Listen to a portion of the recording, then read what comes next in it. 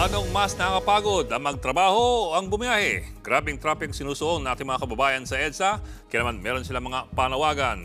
At live mula sa EDSA Ortigas, nasa frontline ng balitang yan si Brian Basa. Brian, anong sitwasyon ng EDSA ngayong gabi? Bok, namumula pa rin ang EDSA Ortigas, parang rush hour hanggang ngayon. Pagmasdan ng dami ng mga sasakyan sa northbound lane, pumipreno ang mga motorista habang papalapit sa Ortigas flyover. Kaya sa mga papuntang San Juan at Quezon City po yan mga kapatid, kapit lang at magpatugtog muna ng radyo o kaya makipagkwentuhan kung kailangan para hindi makatulog sa inyong biyahe. Ang diskarte naman ng ilang commuter para mapabilis ang kanilang biyahe, pumila sa EDSA Bus Carousel. Kung daraan kayo ng EDSA, anong sasakyan nyo? A. Transport Network Vehicles o TNVS o B. Habal-habal. Alin man dyan ang piliin nyo, wala kayong kawala sa ganitong traffic. Pati motorsiklo, hindi makasingit. Heto pang isang option, C. Mag-EDSA Bus Carousel. Yun nga lang, patatagan ng tuhod sa pagpila.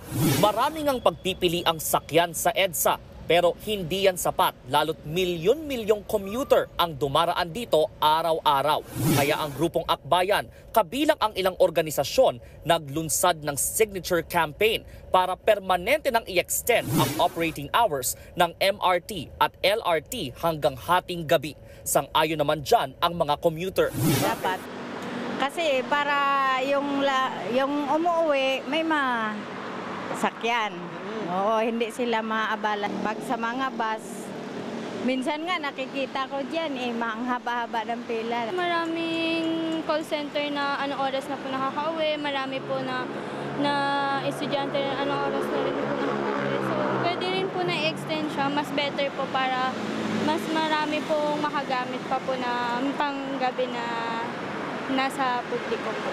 Siyempre hassle kapag dinabutan ng MRT. So mag-commute tayo ng mas maraming commute. Mas magastos sa pamasahe.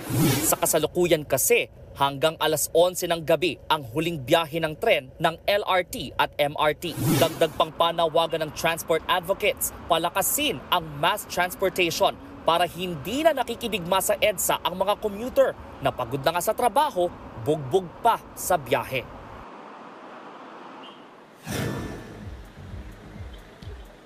Tinitiyak naman ng MMDA na madaraanan ang mabuhay lanes. 2 hanggang 3 beses daw kasi ang kanilang clearing operations kada araw para maibsan ang bigat ng traffic. Balik sa inyo. Maraming salamat, Brian Basa.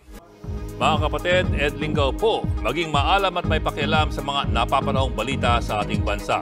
Para sa mas malalimang pagtalakay at paghimay sa mga issue at headlines, tumutok lamang at pag-subscribe sa social media pages ng News 5.